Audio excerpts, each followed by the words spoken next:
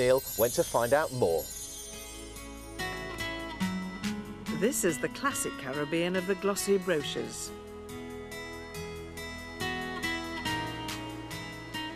For the first time in 20-odd years, I've come on Wish You Were Here with my husband Neil. He's seeing what I get up to, I think. Now, St Bart's is too small to take big jets, so first you must fly into a near neighbour, like Antigua, and then swap your jumbo for a shrimp. I like small aircraft. They add a real sense of excitement to any journey. Sometimes a touch of adventure too. The landing strip appears from nowhere.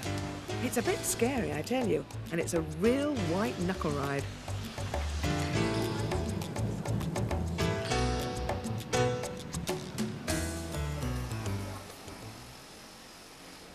The first thing you think when you land at St Bart's is how French it is. Well, that's because it is France. It's just as French as Normandy or Provence. The only difference is that it's a little offshore island, some 4,000 miles from the mainland. Residents are French nationals, they sent MPs to Paris, and the accent is unmistakable. Welcome to St Bart's. Everything up and down and round and whoo, down. From the airport, it's just a short drive to our villa with a view. And this is just what you need after a long and tiring journey. Our self-catering accommodation is typical of the island. We prefer to fend for ourselves when we're away on holiday. We find it more relaxing than sticking to a hotel timetable. And this way we can treat the place as our home.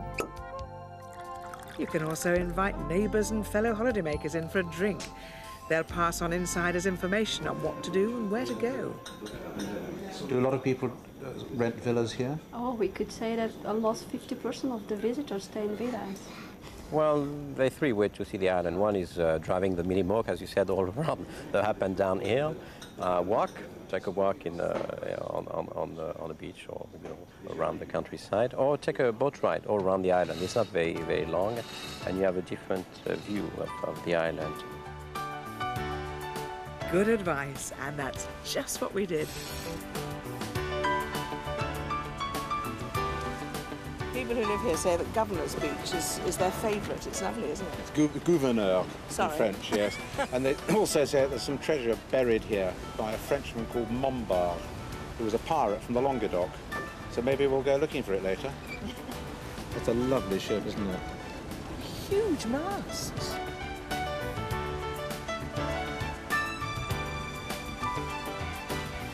Well, someone else who appreciated the island was Nelson Rockefeller, wasn't it? That's his house up there, I think. That's the one. Beautiful view.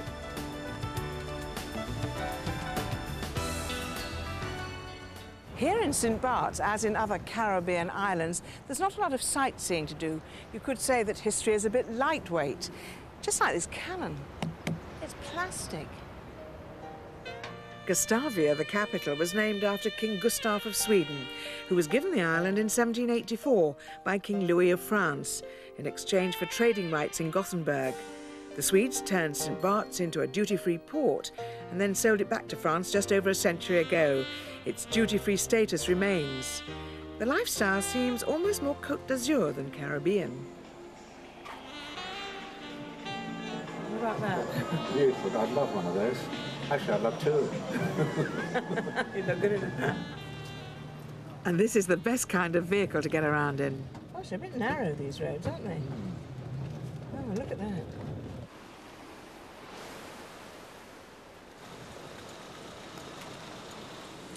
This was Rudolf Nuryev's house. He had it built here. What a fantastic view, isn't it? Yeah, and apparently he lived here up till about 3 weeks before he died. Rocky terrain made growing sugarcane unprofitable, so few slaves were brought in, and the result is a largely European population. Oh dear. There's another bit of water on the right here. Water on the right, car on the left. Keep this mirror in. This is totally useless, this mirror you've got. But it's the beaches you come for, and unlike the busy roads, they're generally uncrowded. Very handy air connections here for the beaches of St Bart's.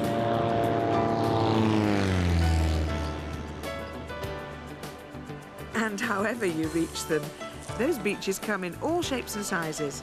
It's a bit like part of the French Riviera, only the sand is better, the water's bluer and the service more friendly. Hotels range from the small to the exclusive. There's a pool per suite at Le Toigny. What you don't find on St Bart's are those bland international hotels that could be anywhere in the world, and the same applies to eating out. Meals are cooked and presented with French finesse. You won't find better food anywhere in the Caribbean.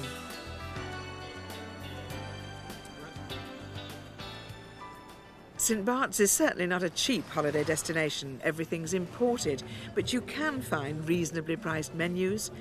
And it's lively and it's fashionable and it's young and confident, especially at night in Gustavia. I've been to a lot of Caribbean islands, but I must say I think St Bart's is the most stylish.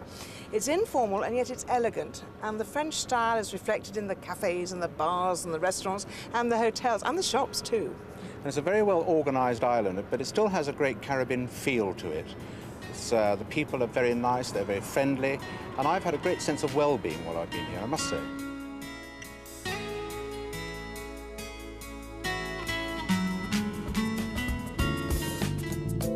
Mini mokes cost around £260 a week to hire, and remember, like the French, they drive on the right. Most villas come stocked with sundries like cleaning products, bar soap and loo roll. But if you can't face grocery shopping after a long flight, for an extra charge, you can request your villa to be stocked up for your arrival. St Bart's is a shopper's paradise, and it will take more than a single afternoon to get to grips with the choice on offer. When organising your money, don't forget that euros have replaced the French franc as legal tender, although US dollars are accepted everywhere. 7 nights in a similar 4-bedroom villa with a swimming pool will cost from £1,515 per person, based on 8 sharing. This includes return flights via Antigua. Oh, and by the way, they won't take bookings for children under 12. That's with Elegant Resorts. Did you know that right